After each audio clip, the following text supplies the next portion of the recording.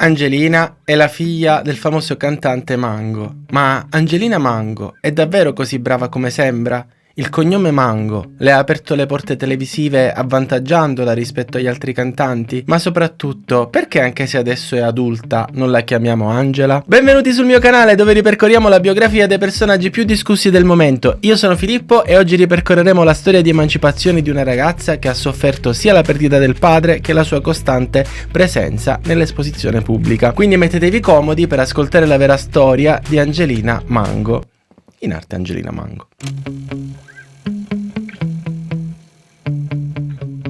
Prima di passare il testimone ad Angelina, però dobbiamo raccontare di suo padre, Giuseppe Mango. Quindi facciamo un salto indietro al 6 novembre 1954, quando a Lago Negro nasce Giuseppe Mango. Giuseppe è un bambino vivace, ha due fratelli, Michele e Armando. Ora, se per un genitore un figlio musicista già può essere un incubo, se vogliono suonare tutte e tre potrebbe essere un tantinello da esaurimento nervoso. Uno che suona di là, l'altro che canta di qua, al terzo ci senti curò, tu WhatsApp che qua finisce male. E invece no, con amore e pazienza i genitori assecondano la passione dei figli. E già all'età di 8 anni Giuseppe fa gruppetto nella band dove suona suo fratello Michele e sin da subito inizia a dire che da grande farà il cantante. L'altro fratello Armando invece scrive le canzoni e la vita procede normalmente. Giuseppe va a scuola e nel 1973 si diploma all'Istituto Tecnico per Geometri e continua gli studi iscrivendosi all'università, precisamente alla facoltà di Sociologia di Salerno. Nel 1975 con suo fratello Armando vanno a Roma perché vogliono iscriversi alla SIAE e qui accade un incontro tanto fortuito quanto incredibile. Mango incontra nel corridoio Renato Zero e iniziano a chiacchierare e a fare amicizia, tanto che Renato lo invita in RCA, che sarebbe uno studio di registrazione importante, e grazie a questo invito,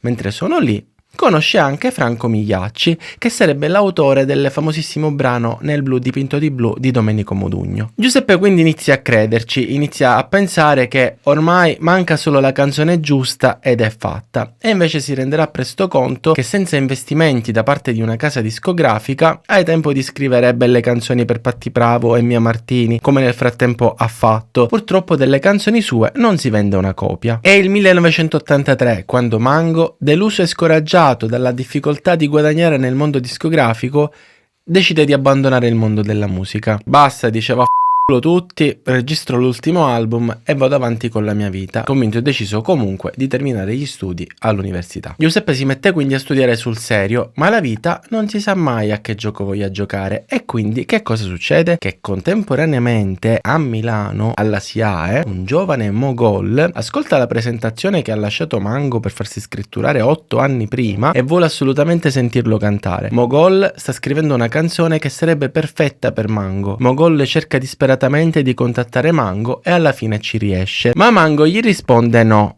non voglio più giocare, mi sto laureando, grazie. Mogol però insiste e Mango si convince a fare questo ultimo tentativo. Si incontrano e insieme scrivono una delle canzoni di Mango che ancora oggi è una delle più famose, quella che fa oro, oro, oro, quanto oro ti darei, oro, oro, oro. E da questo capite perché non canto ma racconto. Oro! Visto? Basta, andiamo avanti. E sempre lo stesso anno, il 1983, si rivela l'anno d'oro nella vita di Mango. Infatti durante la registrazione della canzone conosce una giovane cantante milanese emergente, Laura Valente, che dal 1990 al 1998 sarà la voce dei Mattia Bazar. Mango e Laura si innamorano fortissimo, infatti da questo loro primo incontro nascerà una grande storia d'amore. Ma andiamo per ordine. Nel 1985 Mango partecipa per la prima volta al Festival di Sanremo nella categoria Emergenti, vincendo il premio della critica, ma questa non sarà l'unica volta a Sanremo per Mango. Infatti l'anno successivo, nel 1986, partecipa nella categoria Big con la canzone Lei verrà. Nel 1987 partecipa di nuovo a Sanremo col brano Dal cuore in poi, e finito il festival Mango deve ancora finire di registrare le canzoni per il nuovo album e va a Bologna nello studio di registrazione di Lucio Dalla. E vi pare che Lucio Dalla non passa a prendersi un caffè dall'amico suo mentre c'è Mango che sta registrando? Ci Ci passa. Lucio Dalla sente Mango cantare e si accorge che ha alcune musiche senza ancora testo, in particolare gliene piace una perché ha un sound proprio ricco di atmosfera. Insomma, ve la faccio breve, da quell'incontro è nata la canzone Bella d'estate, che involontariamente proietta Mango nel mercato della musica internazionale, soprattutto in Spagna, tanto che l'album verrà persino tradotto e cantato in spagnolo. Nel 1990, dopo una pausa dal festival di ben 3 anni,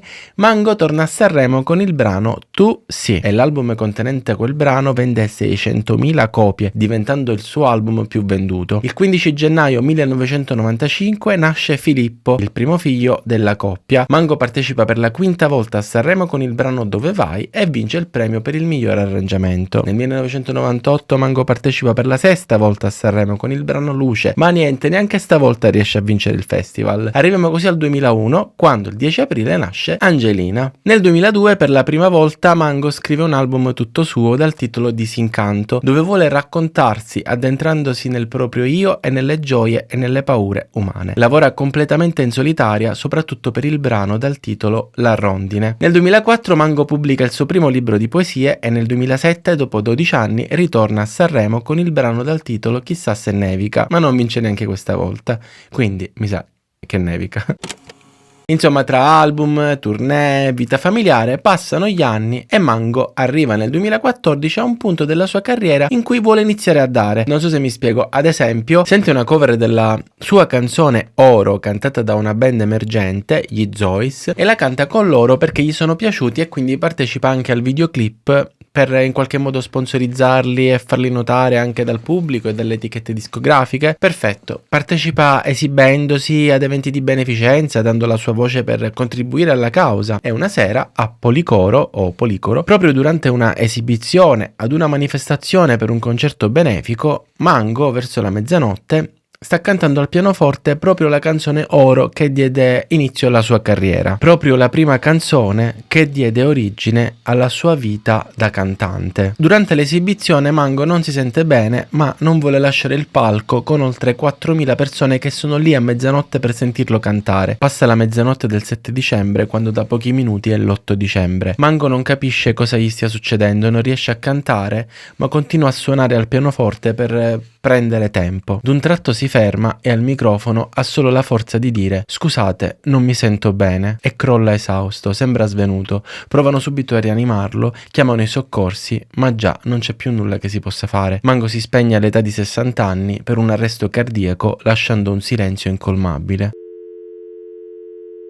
Constatato il decesso, i familiari vengono tutti avvisati e raggiungono di corsa la salma, ed è a questo punto che accade qualcosa che rende un fatto tragico ancora più tragico, che ci ricorda che quando sta andando molto male può andare ancora peggio. Durante la veglia, infatti, l'indomani della scomparsa di Mango, suo fratello Giovanni Mango, distrutto dal dolore per questa perdita, muore anche lui per un arresto cardiaco all'età di 75 anni. Lo staff di Mango annuncia la scomparsa dell'artista con un post su Facebook nel quale scrive, ve lo leggo: la nostra rondine è volata via nel cielo sbagliato. Pino, resterai sempre nel nostro cuore, perché come cantavi qualche anno fa, non moriremo mai, il senso è tutto qui. E Angelina? Parallelamente alla scomparsa del padre, Angelina interrompe gli studi al liceo scientifico, ma non possiamo iniziare a parlare di Angelina dal 2014, quindi facciamo un passo indietro e torniamo a quando Angelina era solo una bambina. Angelina cresce in una famiglia di musicisti, suo padre cantautore, sua madre cantante, suo fratello batterista e lei all'età di soli 5 anni mostra la sua predisposizione naturale, la sua voglia di mettersi in gioco scrivendo la sua prima canzone. Una cosa da bambini, niente di che, ma che dimostra già il suo interesse. Contemporaneamente prende per 10 anni lezioni di ballo perché la musica la muove in tutti i sensi. Nel 2013, a soli 12 anni, è la cantante di una cover band fondata da suo fratello Filippo che suona la batteria. Il nome della band è Black Lake, che sarebbe il nome della città in cui vivono in inglese, Lago Negro. Arriva il 2014, Angelina riceve la notizia che suo padre è morto e scopre che il video è su tutti i giornali. L'esistenza di questo video sarà causa di profondo dolore dolore per Angelina, infatti lascerà intendere, senza entrare troppo nei particolari, che sapere che tutti abbiano visto suo padre morire ha amplificato il suo dolore. La vita della famiglia Mango si paralizza per quasi 2 anni, fino a quando decidono di cambiare aria e si trasferiscono a Milano nel 2016. Angelina torna a scuola e frequenta il liceo artistico. Dopo il diploma è tentata di frequentare l'università e si iscrive alla facoltà di lettere moderne, ma solo per un mese, dopodiché ci ripensa e interrompe gli studi. E quindi che decide di fare? È la figlia di Mango, sa cantare, si trova a Milano. Cosa farà Angelina? La babysitter. Non sto scherzando. Contemporaneamente però non smette di cantare nella band con suo fratello. Il 2020 però la costringe a mettere un punto al lavoro da babysitter. Scoppia infatti la pandemia e l'Italia, come il resto del mondo, viene messo in quarantena. Angelina, con un sacco di tempo libero, si dedica a scrivere nuove canzoni e a novembre pubblica il suo primo singolo dal titolo Va tutto bene. Immagino in risposta alla frase che si continuava a ripetere in quel periodo: andrà tutto bene. E nel 2021 escono altre sue canzoni raccolte in un EP dal titolo Monolocale. Sempre nel 2021 partecipa alle selezioni di Sanremo Giovani con la canzone La tua buona colazione, ma non viene presa tra i finalisti. Continua a fare musica e quando conosce il produttore discografico Enrico Brun, che sarebbe il produttore che ha lavorato ad esempio con i Maneskin, con i Pinguini Tattici Nucleari, con Francesca Michelin, insomma comincia questa collaborazione con Enrico e arriviamo così al 2022, quando Angelina partecipa al concertone del 1° maggio e vince un concorso musicale dal titolo Musica da bere. Pubblica altri singoli, tra cui Walkman, che viene prodotto da Tiziano Ferro, e a settembre 2022 viene invitata al programma Via dei Matti numero 0. Il 2022 quindi è un anno decisivo per Angelina. Ancora non si capisce se Angelina sia una bomba pronta ad esplodere o una brava cantante che interessa ad alcune produzioni per via del cognome famoso nel mondo della musica. E Angelina che fa? Decide di mettersi in gioco. Capisce che fino a quando non si farà conoscere anche come persona, nessuno potrà apprezzarla come artista. Ma andiamo per ordine. Vi ricordate che la madre di Angelina è una cantante? Vi ricordate che il fratello suona la batteria? Vi ricordate che hanno sempre collaborato e che hanno sempre suonato insieme in una band? Con suo fratello, non con sua madre. Sua madre in questo caso l'ho nominata per dire che in casa comunque si è sempre mangiato pane e musica. Bene, un ragazzo di nome Antonio Cirigliano entra a far parte della band come nuovo chitarrista. Con Antonio Angelina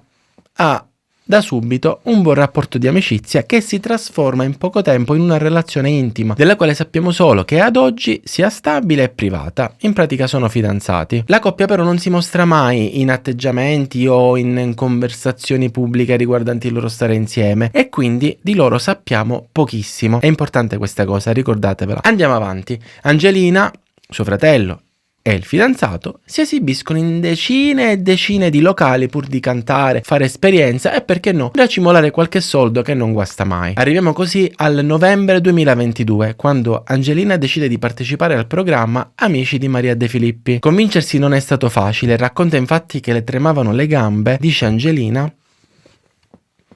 Ve lo leggo? Il pensiero di partecipare mi era passato per la testa tante volte. Alcune etichette mi proponevano di partecipare, ma avevo paura e dicevo di no. Praticamente Angelina è terrorizzata dal pensiero che si possa dire di lei: sei stata raccomandata, ti hanno preso all'interno del programma solo perché sei la figlia di, o peggio, di avere passato le selezioni facendo eliminare cantanti più bravi. Questi pensieri intrusivi la fanno stare male al punto che quando vince la sfida contro Ascanio inizia ad avere disturbi psicosomatici che la fanno stare male. Lei stessa racconta che durante i provini, cito testualmente, mi sono comparsi tanti dolori psicosomatici e poco dopo mi è salita anche la febbre. Angelina non è la prima figlia d'arte a partecipare ad Amici. L'anno prima, infatti, aveva partecipato il figlio di Gigi D'Alessio, Luca D'Alessio, in arte LDA, ed era stato massacrato di critiche non soltanto dal web e dalle malelingue, ma proprio all'interno del programma, dalla coach Anna Pettinelli. Devo intervenire dal futuro perché ho appena scoperto una cosa, che a peggiorare la situazione, diciamo, di disagio di Luca D'Alessio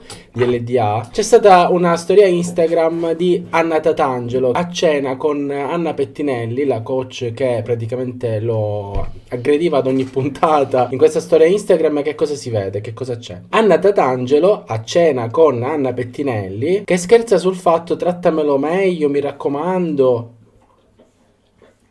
E chi l'ha postata questa storia? No, ve la faccio vedere, ve la faccio vedere. Anna Tatangelo, tra l'altro taggandolo a LDA. Ragazzi, ho portato a cena Anna perché voglio si comporti un po' meglio con Luca. Niente, non la convinco. Se ne parla. Ti prometto che invece la convinco. E l'EDA era nella squadra con Rudy Zerbi, che lo apprezzava come artista e faceva di tutto per difenderlo. Lorella Cuccarini cercava di essere obiettiva e apprezzava i suoi progressi e le sue obiezioni. Anna Pettinelli invece gliene diceva di tutti i colori. Vi faccio qualche esempio: sei Gigi D'Alessio 2.0, se tuo padre cantasse oggi canterebbe meglio di te, sei un neomelodico con una spruzzatina di moderno, eccetera eccetera, utilizzando un modo passivo-aggressivo di dare giudizio, fingendo di volerlo aiutare, quasi a diventare ancora più bravo, insinuando nella mente di chi l'ascoltava ad un certo punto persino l'insano dubbio che potesse apprezzarlo al punto di essere crudele con lui, proprio perché lei aveva capito quanto valesse, come nella trama di quei film di karate in cui si scopre che il maestro in realtà non era un pazzo crudele, ma stava allenando l'inconsapevole protagonista per diventare più forte. Invece lei lo stava solo mettendo in competizione col suo stesso padre, che è una cosa orribile. Addirittura ricordo che arrivò proprio a dirgli: quando vorrai distaccarti da tuo padre me lo viene a dire. Ma tutte le settimane c'hai da ridire qualcosa, Anna. Ma certo, non mi piace il fatto che il figlio di Gigi Alessio io l'ho tirato fuori la prima puntata e non mi interessa, tant'è vero che nella lettera non l'ho nemmeno nominato. Il tuo cognome non mi interessa, mi interessa soltanto nel momento in cui vorrei che tu facessi qualcosa di diverso. Se io ti dico che sei un neomelodico con una spruzzatina di moderno è perché vorrei che tu trovassi una tua strada lontano da quella che è la tua progenie, è solo questo che vorrei. Quindi capite bene che con una situazione del genere l'anno prima Angelina ha tutto il diritto di avere un po' d'ansietta. Ma andiamo avanti. Angelina all'interno di Amici viene seguita dalla coach Lorella Cuccarini. Ora, vi ricordate quando poco fa ho detto che Angelina ha capito che l'unico modo per emanciparsi come artista e dal cognome del padre sarebbe stato farsi conoscere anche come persona e non soltanto con la musica e con il cognome famoso del padre? Bene, ad Amici Angelina si fa conoscere e si racconta. Il pubblico apprezza i suoi sforzi e il suo talento musicale. Il pubblico, grazie al talent show, può rendersi conto della passione che ci mette e di quanto sia maledettamente brava e umile, e che essere figlia d'arte nel suo caso non sia solo un vantaggio o un'ombra da portare addosso, ma un'eredità. Durante il programma Angelina, come dicevo, ha modo di raccontarsi e infatti rilascia molte dichiarazioni e ve ne voglio leggere alcune. Dopo la morte di papà ci siamo trasferiti definitivamente a Milano e nel 2021 mi sono fidanzata con Antonio, che mi ha dato proprio la spinta per risolvere un sacco di problemi che avevo. Da lì è andato tutto meglio, ho iniziato a dire basta. La vita è mia, ok tutti i traumi, però una persona non può vivere pensando a quello che ha vissuto, deve anche vivere qualcosa in più. Penso di essere diventata grande da un sacco di tempo. Riascolto le canzoni di mio padre, anche se a volte mi fa male, ma non è la cosa più bella che mi ha lasciato. A livello umano, invece, credo che la gentilezza sia la cosa più importante che mi ha dato mio padre. L'esempio di una persona che chiede scusa, che ascolta, che dà amore alle persone. Io cerco di essere così, perché l'ho visto fare da lui e lo vedo fare da mia madre tutt'oggi. Non posso fare a meno di pensare che siano state le sue ultime parole, le ultime parole di suo padre: scusate, non mi sento bene. Continuiamo. Io lo guardo come un artista qualsiasi e cerco di prendere spunto dal suo modo di fare musica. Vedo questo tipo di video in modo distaccato rispetto a quello in cui posso ricordare la figura di mio padre attraverso i miei ricordi personali. Sono due cose diverse. I miei genitori si vantavano tantissimo di me, non me lo dicevano sempre, ma lo vedi negli occhi di una persona il fatto che ti apprezza. E anche oggi, quando guardo mia madre negli occhi, vedo la sua stima, come penso lei veda la mia. Con lei ho un bel rapporto, siamo molto legate, condividiamo un sacco di cose. Mio padre per amore ha fatto le scelte più importanti della sua vita, si è dedicato totalmente alla famiglia, ovviamente, e alla musica. Lui da bambino si è reso conto che aveva questa predisposizione e ha portato rispetto nei confronti di questo dono che gli era stato dato, coltivandolo con lo studio. Ed è un po' quello che sto cercando di fare anche io. Questo suo mettere la musica davanti a tutto probabilmente è l'insegnamento che più mi serve nella mia vita, visto che voglio fare questo lavoro. Insomma, una ragazza che vuole essere presa sul serio e che sa di dover dimostrare tanto, forse più a se stessa che al pubblico. Ma torniamo a quando Angelina sta partecipando ad Amici. Siamo nel 2023 e il suo percorso all'interno del programma inizia a diventare scoppiettante per qualcosa di inaspettato. Durante le varie esibizioni, durante gli allenamenti, insomma spesso Angelina passa del tempo con un altro concorrente dal nome Wax. La coppia di amici diventa sempre più affiatata, incarnando misteriosamente il senso proprio del titolo del programma. Angelina e Wax sono solo amici, ma amici amici. Bene, questa friendzone allucinante però non convince i fan che, sconoscendo i dettagli della vita privata e sentimentale di Angelina, pensano che ci sia del tenero tra lei e Wax. Le congetture crescono quindi ogni giorno di più e il montaggio della produzione spesso rende questo gioco e questa amicizia più sospetta. Ed effettivamente si dicono cose carine, tipo: so che per me ci sei anche quando non sei con me. Si dicono che si capiscono senza neanche parlarsi, che insieme riescono a fare uscire la loro parte migliore. Dopo varie smentite da parte di Angelina e la sua dichiarazione di essere innamorata del suo fidanzato, alla 7ª puntata Angelina e Wax si sfidano nel canto e a vincere è Angelina. Wax, appena vede il risultato, esclama: se ha vinto lei ho vinto anche io. A questo punto interviene Maria De Filippi e dice: voglio togliere ogni dubbio, non c'è amore, c'è solo amicizia, per loro è importante e anche per me mettere i puntini sulle i di amicizia. Tra il pubblico però c'è chi ancora non è convinto, perché nessuno dei due ha mai smentito in maniera diretta, ma soltanto tramite Maria De Filippi. Arriviamo così al 14 maggio 2023, è il giorno della finale. Per la categoria cantanti, la vincitrice di Amici di Maria De Filippi è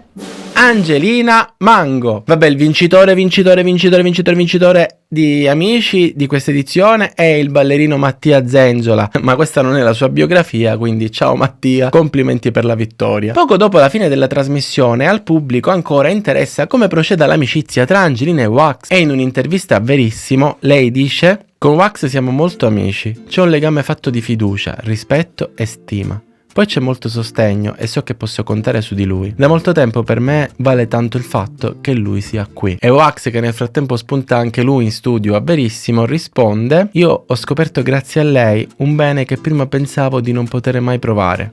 E lei ha creato questo in me, la scoperta di un cuore che non avevo mai accarezzato troppo. Praticamente siamo all'intervista conoscitiva prima degli Hunger Games in compagnia di Katniss e Pita. Fuori da Amici Angelina torna a fare musica, incide il suo nuovo EP dal titolo Voglia di vivere, scrive altre canzoni, firma un contratto con la Sony e ottiene vari premi e riconoscimenti. Arriviamo così ad ottobre 2023, quando presenta in anteprima la sua nuova canzone dal titolo Chetto di qua fa, e il lancio del brano lo fa ad Amici, dove è invitata in qualità di ospite, e questo singolo è un successo grandissimo, anche perché un estratto di questa canzone è diventato virale su TikTok. Potevo ballare con lui, ma sto qui a pazziare con te.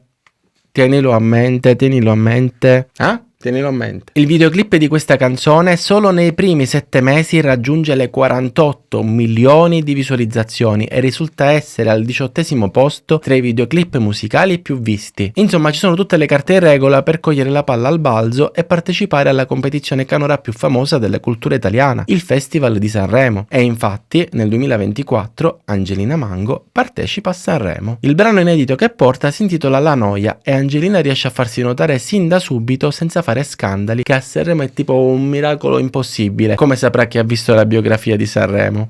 Fino a quando, dopo le prime serate, non succede qualcosa che destabilizza tutti. Vi spiego. Angelina, bene o male, si mantiene tra le prime posizioni, ma mai prima, diciamo quinta. Nella settimana di Sanremo però Angelina usa tantissimo Instagram, parliamo di 97 post in una sola settimana, più le storie. Insomma, succede che il suo account aumenta di 212.000 follower, con un livello di interazione impressionante del 60% di pubblico e oltre 2,5 milioni di interazioni. Calcolate che un influencer si considera di successo se ha un engagement, cioè quante persone interagiscono, che si aggira intorno al 3%, Angelina il 60%. Alla vigilia della finale, il favorito è Geolier, un cantante napoletano molto amato a Napoli. In questa occasione ancora di più perché ha portato a Sanremo una canzone cantata in napoletano. La sera della finale, come al solito, si dà la possibilità al pubblico da casa di votare il cantante preferito per aiutarlo a vincere. Il costo del voto 50 centesimi, si possono fare fino a 4 voti. Ebbene, dovete sapere che quello che succede nel dettaglio, cioè i dati effettivi di quanti votanti e soldi siano entrati trovati nelle casse della RAI non li sappiamo, non vengono resi pubblici, ma sappiamo una cosa, è che il 60% di chi ha usato il televoto ha votato Geolier. Non sappiamo quindi quanti soldi siano e quante persone lo hanno effettivamente votato. Quello che sappiamo è che su 10 persone 6 hanno votato Geolier. È il momento di annunciare il vincitore. Vince la 74esima edizione del Festival di Sanremo Angelina Mango!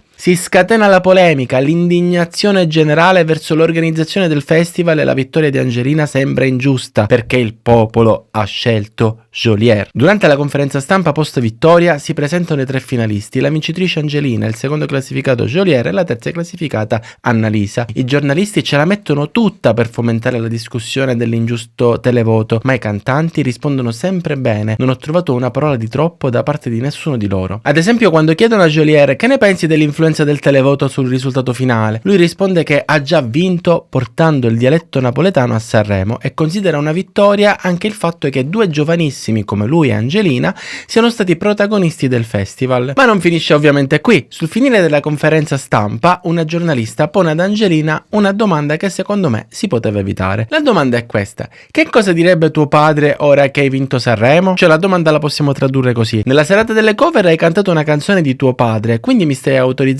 a parlare di lui avendomi ricordato di chi sei figlia. Ora, dato che tuo padre non ha mai vinto Sanremo, che cosa direbbe adesso tuo padre? E Angelina risponde così: sono una persona educata e gentile. E questo basta a renderlo fiero. Durante la serata cover, infatti, Angelina ha cantato una canzone strappalacrime di suo padre, quella dal titolo La rondine, e per questo motivo qualcuno aveva insinuato che avesse voluto sfruttare l'empatia per emozionare il pubblico. In realtà, nella sua carriera, Angelina ha sempre evitato di cantare le canzoni di suo padre perché per lei sono qualcosa di intimo. Infatti a Sanremo, per la serata cover, ha in seguito rivelato di aver voluto omaggiare suo padre per, in un certo senso, portarlo ancora una volta a Sanremo. Insomma, le critiche alla conferenza stampa non finiscono qui, perché un giornalista legge ad Angelina un tweet di Frankie Energy, un rapper. Per la precisione il tweet è questo, ve lo leggo: comunque se fossi uno di quel 60% che ha televotato Geolier spendendo dei soldi per far vincere il mio beniamino e lo vedessi scavalcare da chi ha preso un misero 16%, vincente per mano di un manipolo di membri di una casta mediatica, ecco, forse mi sentirei preso in giro. Cosa risponderesti a un tweet del genere? Domandano ad Angelina. Lei non si scompone per niente e risponde: mi dispiace perché lo stimo e non avevo letto questo tweet. A dire la verità mi sono accorta di aver vinto solo grazie all'entusiasmo delle persone fuori dall'hotel, perché per me quella è vittoria, non un premio in una classifica. Festival è finito, andate in pace. Geolier torna a Napoli per festeggiare e ad accoglierlo trova una folla di fan infoiati ed entusiasti di festeggiare con lui il suo rientro a casa. Presi dalla foga pare siano partiti cori da stadio al canto di Chi non salta Mango è. Poco dopo però Geolier pubblica delle storie Instagram per smentire, dicendo che i cori fossero Chi non salta Juventino è. Ripete più volte, rivolgendosi ai suoi fan, di smetterla con quest'odio nei confronti di Angelina, perché tra di loro artisti si vogliono tutti bene. I video che io festeggiavo, saltavo tipo con un coro sotto Chi non salta Mango è, una cosa del genere. Il coro era Chi non salta Juventino è, io non sono juventino, sono napoletano. Vabbè, non è questo quello che conta è voglio togliete tutto st'odio, perché non esiste. Se voi credete che noi artisti siamo contro, ci sta forse un po' di competizione ma sana, che è finita già, basta, è finito, togliete questo odio, perché la musica non è odio, la musica è unione, non è divisione. Dal Festival di Sanremo, come saprete se avete visto la biografia, il vincitore di Sanremo partecipa all'Eurovision. Così Angelina si prepara per la partenza e porta la noia all'Eurovision. No, aspetta, non porta la noia. Detto così suona male. Non è Angelina che suona male, è che non è neanche noiosa, ma è la canzone che porta che si intitola La noia. Stavo imbarcando a qua da tutti i latati. Bene, l'indomani della prima esibizione all'Eurovision, che è andata alla grande, Angelina si presenta nella sala stampa internazionale accompagnata dal fidanzato con la chitarra e inizia a parlare da sola, ad alta voce, attirando l'attenzione dei giornalisti e dei fotografi. E che cosa dice? Ve lo leggo. Ciao a tutti! Sono qui perché ci tenevo a poter dire il mio pensiero. a modo mio e con le mie parole. Quando sono arrivata qui ho visto artisti come me che vivono di musica e parlano con la loro musica e che condividono lo stesso sogno. Ieri sera mi sono esibita sul palco di Eurovision con il cuore colmo di amore. Sono andata a letto orgogliosa di me e orgogliosa di tutti noi. Oggi, ancora una volta, voglio che sia la musica a parlare e questo è il messaggio più forte che io possa condividere. E inizia a cantare quasi come se stesse pregando, con una voce suave come spezzata dal dolore, Imagine di John Lennon, a cappella senza microfono, accompagnata solo dalla chitarra.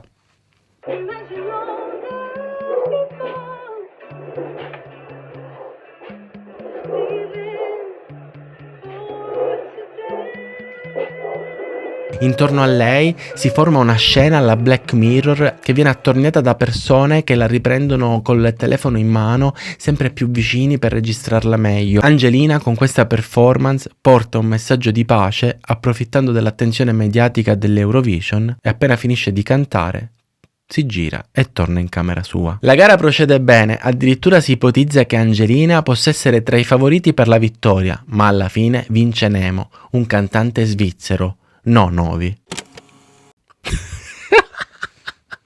Bene, io direi che per oggi possiamo fermarci qui. Vi ricordo di mettere mi piace, di commentare, di iscrivervi al canale, che questa maglietta insieme a 1000 altre cose fighe le trovate su Pumpling! Con il codice biografo vi scegliete pure un paio di calze gratis. Fatemi sapere se siete figli d'arte o figli di puttana e basta.